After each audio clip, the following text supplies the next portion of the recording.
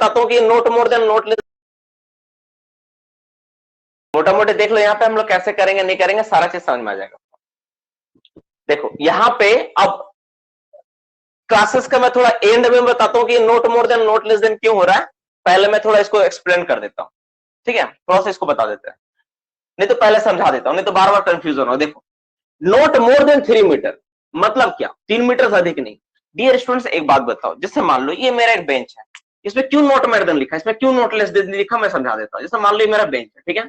अब अगर मान लो कोई बेंच बनाना चाहता है, अब डीजीएमएस तुम ही हो, मान लो तुम डीजीएमएस वाला, तो तुम उसको क्या बोलेगा, not less than 3 metre, 3 metre से कम नहीं, तो जितना चाहे उतना 100 मीटर भी बना देगा क्या। 3 मीटर से कम नहीं का मतलब क्या है, 50 मीटर भी हो सकता है, 40 मीटर भी हो सकता है। और नॉट मोर देन का मतलब क्या है कि 3 मीटर से ज्यादा नहीं। अब बनाओ 2 मीटर बनाओ, 2.8 मीटर बनाओ, 2.9 मीटर बनाओ, लेकिन 3 मीटर से ज्यादा नहीं। तुम 3 मीटर बना सकता है मैक्सिमम। डीजीएमएस इसके माध्यम से क्या बोलना चाह रहा है, डीजीएमएस इसके माध्यम से साफ साफ बोलना चाह रहा है कि आप कुछ भी बनाओ बेंच का, लेकिन वो जो बेंच आप बनाओगे ना बाबू, वो 3 मीटर से अधिक नहीं होगा। Not more than 3 metre, more than 3 metre, 3 metre ज्यादा नहीं होना चाहिए। आप 3 मीटर तक बना सकते हो, लेकिन 3.1 मीटर नहीं होना चाहिए, 3.001 मीटर भी नहीं होना चाहिए, सिर्फ 3 मीटर ही होगा मैक्सिमम। इसका मतलब ये है नॉट मोर देन। तो देखो सेफ्टी को ध्यान में रखा गया। अगर ज्यादा हाइट का बनाओगे तो ज्यादा डिफिकल्टीज क्रिएट होगी, ज्यादा अनस्टेबिलिटी क्रिएट होगा और बेंच फेलियर का चांसेस बढ़ेगा। तो इसमें जो सॉफ्ट वाला उसमें बोला है बस 3 मीटर, बस 3 मीटर, 3 मीटर ज्यादा नहीं। इसीलिए यहाँ पे क्या यूज किया गया, सेफ्टी को देखते हुए कि 3 मीटर से अधिक नहीं, that is not more than 3 metre लिखा गया है। अब जो चौड़ाई है, तो आपको पता है डियर स्टूडेंट्स कि बेंच जितना मेरा चौड़ा होगा उतना स्टेबिलिटी बढ़ेगा। अगर एक बेंच मान लो इतना छोटा है और एक बेंच मेरा इतना बड़ा है, तो ये वाला ज्यादा मजबूत होगा ना ये होगा। अगर छोटा बेंच हो तो क्या होगा, जल्दी टूटने का डर रहेगा, लेकिन ज्यादा चौड़ा बेंच है तो स्टेबिलिटी क्या रहेगा, ज्यादा रहेगा। इसीलिए देखो यहाँ लिखा not less than 3 times of height, यानी हाइट आप जितना रखे हो। मान लो तुम बोला सर हाइट मेरा 3 मीटर परमिशन था, हम 2 मीटर रखे हैं, तो 2 का 3 गुना कर दो, कितना हो गया 6 मीटर। तो इसका मतलब वो 6 मीटर कम से कम चौड़ा रखो तुम, कम से कम। तुम बोलेगा सर 50 मीटर रखेंगे चलेगा, हाँ रखना, और अच्छा बात उसके लिए। तुम 200 मीटर रखो ना, जितना चौड़ा रखना रखो, लेकिन ऊंचाई तुम्हारा 3 मीटर ही रहेगा। चौड़ाई तुम बढ़ाओ ना, चौड़ाई बढ़ाने से क्या उसका स्टेबिलिटी बढ़ेगा, वहां मशीन को जगह मिलेगा ज्यादा चलने के लिए, आदमी को काम करने के लिए स्पेस मिलेगा बेंच का चौड़ाई बढ़ाने से। तो बाबू यहाँ पर क्या होगा, जितना हम लोग चौड़ा बनाएंगे ना उसमें स्टेबिलिटी बढ़ाएगा। तो इसलिए बोला जाता है यहाँ पे क्या, नॉट लेस देन, यानी इससे कम नहीं होना चाहिए, से कम नहीं। इसको हिंदी में क्या बोलेंगे, से कम नहीं, ठीक है, से कम नहीं। और इसका मतलब से अधिक नहीं, 3 मीटर से अधिक नहीं, 3 गुना से कम नहीं। और इसका क्या है, इसका है साइंटिफिक स्टडी, यानी आप नीतिगत तरीके से साइंटिफिक स्टडी करवाओ। साइंटिफिक स्टडी कौन कौन करता है, जैसे बीआईटी सिंदरी वाले आजकल कर रहे हैं, तुम्हारे आईएसएम कर रहा है, सिम्फर करता है। ये सारे लोग अपना इंस्ट्रूमेंट, तुम्हारा माइंस का जो रॉक सैंपल है उसको ले जाके स्टडी करके तुमको बताएगा कि जो तुम्हारा जो रॉक है, जो बेंच है, उसका कितना एंगल पे रखने पे वो स्टेबल रहेगा। उस एंगल पर ही तुमको सेट करके रखना पड़ेगा, उससे ज्यादा तुमको बढ़ाना नहीं। तो साइंटिफिक स्टडी करवा के तुमको बताना पड़ेगा। तो मोटा मोटी यहाँ पे आपको समझ में आ गया होगा कि जो सॉफ्ट होगा, सॉफ्ट में बेंच का साइज क्या क्या होता है, सॉफ्ट में बेंच का साइज किस किस बात पर डिपेंड करता है। अब हम लोग बात करते हैं किसके ऊपर, हार्ड के ऊपर बात करते हैं, ठीक है क्लासेस, ठीक है, हार्ड के ऊपर बात करते हैं। तो वो हार्ड के ऊपर देखा जाए तो क्या होगा, इसमें भी होगा कि नॉट मोर देन ही होगा, ज्यादा तो होना ही नहीं चाहिए किसी भी हाल में। तो नॉट मोर देन, इसमें हमेशा नॉट मोर देन ही लिखाएगा चाहे जो हो जाए, है ना, नॉट मोर देन, इससे अधिक नहीं होगा। किससे अधिक नहीं होगा, डिगिंग और एक्सकेवेटिंग हाइट ऑफ मशीन, देखो ध्यान से, डिगिंग, डिगिंग, ठीक है, और एक्सकेवेटिंग हाइट ऑफ मशीन। बाबू जो तुम मशीन इस्तेमाल करो, कोई भी, अगर मैकेनाइज्ड तरीके से तुम काम कर रहे हो, तो जो तुम्हारा मशीन रहेगा ना, ये बात उस पर डिपेंड करेगा। तो मशीन को जितना डिगिंग कोड़ने का जितना हाइट, उस बूम का जितना हाइट तक वो डिग कर सकता है, एक्सकेवेटिंग मतलब कोड़ाई कर सकता है ना, उतना हाइट तक तुम उसका हाइट को तुम रख सकते हो। इसमें भी यही बात बोला गया, ध्यान से समझ लो क्या बोला गया है। जो मशीन आप इस्तेमाल करोगे उसका जो डिगिंग और एक्सकेवेटिंग हाइट होगा, जितना दूर तक वो डिगिंग कर सकता है, एक्सकेवेटिंग कर सकता है, कोड़ाई कर सकता है ना, उस हाइट तक रख सकते हो, उससे ज्यादा नहीं रखोगे मैकेनाइज में। उससे ज्यादा रखे तो मशीन पहुंचेगा नहीं, तो क्या होगा, तो लुढ़क के गिर सकता है आपके ऊपर, है ना। तो स्टेबिलिटी के ऊपर डिपेंड है ये वाला। और जो बेंच का चौड़ाई होगा, ठीक है, चौड़ाई, वो किससे कम नहीं होगा, नॉट लेस देन। तीन फैक्टर है, तीनों में जो ज्यादा होगा ना उससे कम नहीं होगा। फैक्टर नंबर ए, पहले ए बी सी, तीनों फैक्टर को हम लोग जान लेते हैं कौन कौन फैक्टर है, जिसपे तीनों को देखेंगे, जो ज्यादा होगा उससे कम नहीं होगा, ठीक है। तो नॉट लेस देन किससे, फैक्टर नंबर ए के बारे में बात करें हम लोग। मैं काम करता हूं, कलर को चेंज कर देता हूं, ठीक है, थोड़ा सा कलर को चेंज कर देता हूं ताकि थोड़ा सा अलग लगेगा। तो पहला है हाइट ऑफ बेंच, बेंच का हाइट, ठीक है, पहला पॉइंट ये हो गया, बेंच जो आप है ना उसका हाइट से कम नहीं होना चाहिए, एक नंबर, ठीक है। दूसरा number, widest machine plus 2 metre, widest machine plus 2 metre. अब तीसरा नंबर जो फैक्ट वो क्या है, 3 इंटू डंपर विथ, डंपर का चौड़ाई, ठीक है। इसमें लिख लो विच वन इज मोर, जो सबसे अधिक होगा वही वाला, उसी से लेंगे। और इसमें बाबू लिख लो सबसे इंटरेस्टिंग, इसमें क्या लिखोगे, वही जो ऊपर में लिखा है साइंटिफिक स्टडी। ये तो बहुत आसान है याद कर पाना, देख लो, ध्यान से देख लो, एकदम आज ही जाके ना घर में एक बार पढ़ोगे ना, इसको लिखोगे ना, आज ही सब याद हो जाएगा, एकदम पूरा आसानी से याद हो जाएगा। आज है ना, आज ही तुम्हारा याद हो जाएगा इस चीज को, ये जो डेटा आप लिखो ना आज ही आपको याद हो जाएगा बाबू, देख लो ध्यान से, आज ही याद हो जाएगा। देखो ध्यान से देख लो, मैं कोशिश करूंगा कि आज ही मैं चाहूंगा कि आप इसको अभी याद करो, है ना, बहुत आसान है, कंपैरेटिवली देखो ना बहुत आसान है, एक बार में याद हो सकता है ये सारी चीज। देखो, नॉट मोर देन डिगिंग और एक्सकेवेटिंग हाइट ऑफ मशीन, तो जो मशीन आप लगा रहे हो बेंच में उसका हाइट जितना उससे कम नहीं होना चाहिए। और तीसरा नंबर, इसका चौड़ाई कितना होगा, तो इसका बेंच का हाइट से कम नहीं होगा, या वाइडेस्ट मशीन जो चल रहा है उसका उतना प्लस 2 मीटर, या डंपर का 3 गुना, तीनों को कैलकुलेट करेंगे, जितना आएगा उसमें से जो ज्यादा होगा ना उससे कम नहीं होगा। इसमें तीनों में से जो ज्यादा आएगा ना, मान जिसका ज्यादा होगा ना उससे कम नहीं होगा, जो ज्यादा है।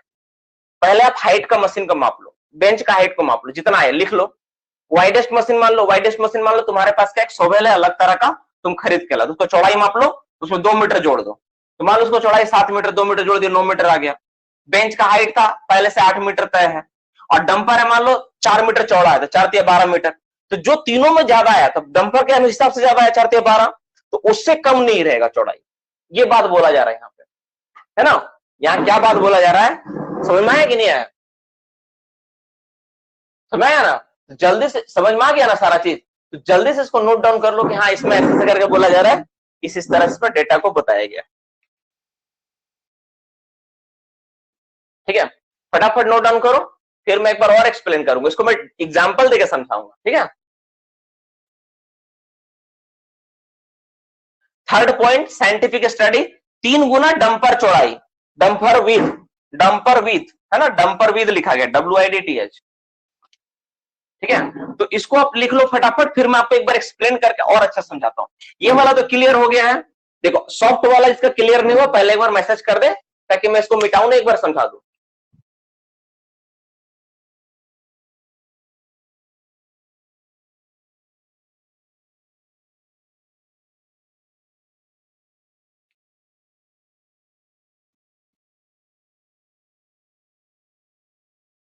वो एक्सकेवेटिंग में दिया है बाबू, वो जो दिया है ना, जहां पर हम लोग मिनरल प्रोस्पेक्टिंग करते हैं ना, उसमें 6 मीटर होना चाहिए।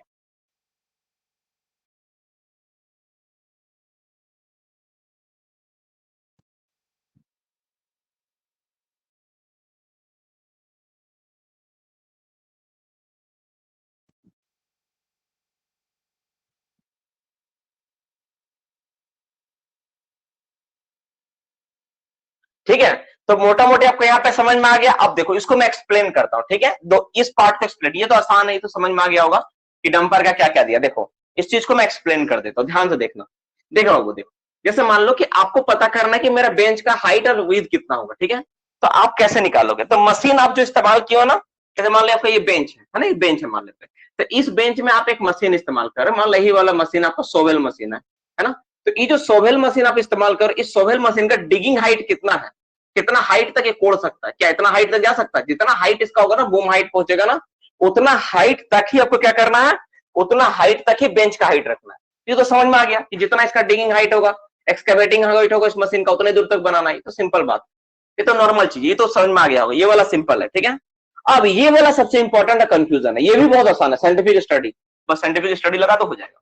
देखो इसमें 3 फैक्टर है, हाइट ऑफ बेंच, तो इसमें पहला हाइट ऑफ द बेंच मापो तुम, जो बेंच में तुम, इसका जो बेंच का विड्थ, मान लो इस बेंच का तुमको बताना है कि चौड़ाई कितना होगा, ठीक है, इसका चौड़ाई बताना है, इसका डब्ल्यू निकालना है, विड्थ कितना होगा, तो पहले तुम मापो इसका हाइट कितना, हाइट, तो सपोज मान लो इसका हाइट आया, ए नंबर कैलकुलेट किया, मेरा हाइट निकला, मान लेते हैं 8 मीटर इसका हाइट, 8 मीटर बेंच का हाइट कितना निकला, हाइट है 8 मीटर, 8 मीटर हम लिख के रखे, ठीक है।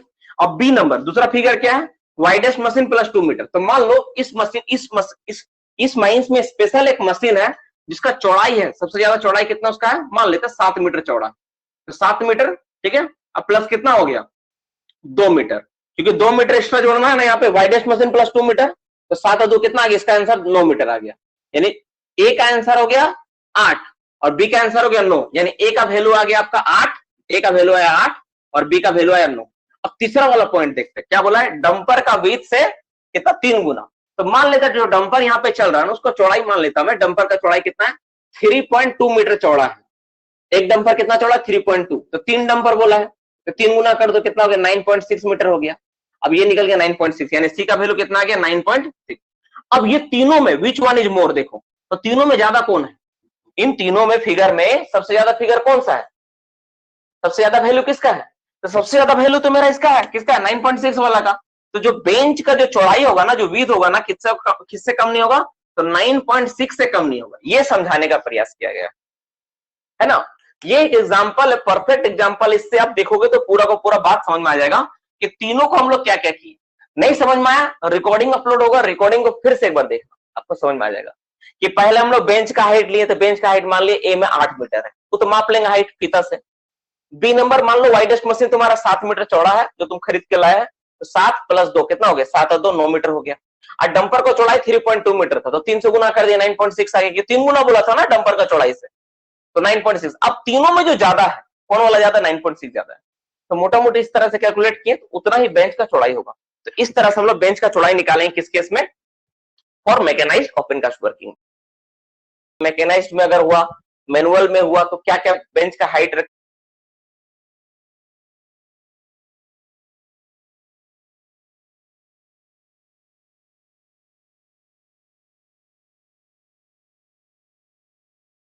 ऊपर था कि कैसे कैसे हम लोग काम कर रहे हैं, क्या क्या वर्किंग का पार्ट है ना।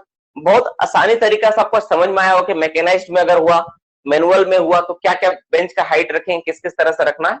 और जो भी आपका जो सवाल है, जो डाउट्स है ना, हम लोग नेक्स्ट क्लास में धीरे धीरे करके क्लियर करेंगे डियर स्टूडेंट्स, क्योंकि अभी जस्ट हम लोग टॉपिक्स को स्टार्ट ही किए है ना। तो इस पे अगर आपका मन में ज्यादा दुविधा अभी से अगर आ जाएगा तो दिक्कत है। अभी आप लोग एकदम सिंपल तरीके से पढ़ो, एकदम बेसिक चीजें सिखाया गया, बहुत स्लो आज क्लास हुआ है, लास्ट थोड़ा सा ज्यादा क्लास आज चला गया, तो क्लास तो कभी ज्यादा हो ही सकता है, ऐसा कोई बात नहीं कि नहीं होगा। कल हम लोग कोशिश करेंगे, अगर हो पाए तो कम से कम 1 घंटा में कोशिश करूंगा जरूर आप लोग के बीच आऊं और 1 घंटा पढ़ाऊं, क्योंकि मुझे भी अच्छा लगे 1 घंटा। कल क्लास होगा, कल क्लास होने का बहुत उम्मीद है, 99.99% उम्मीद है कल क्लास होगा ही होगा, ठीक है, कल क्लास लूंगा ही जैसा भी, और 8 बजे से ही होगा और 9:30 बजे तक ही क्लास होगा, ठीक है। कोशिश करूंगा कि जितना बचा हुआ पार्ट है उसको कवर करवाया जाए। तो आज हम लोग इस सेशन को यहीं पे एंड करते हैं, और इसका जो सेकंड पार्ट हम लोग नेक्स्ट क्लास कल देखेंगे, कल सारा चीज को कवर करेंगे। तो मोटा मोटी जो बातें आप सीख पाए, जो समझ पाए, उसको एक नोट्स बना के अच्छे से प्रिपेयर करके रखो, ठीक है। और जो चार्ट 2 चीज था, मैनुअल का और मैकेनाइज का, इसका चार्ट कम से कम ग्रुप में बना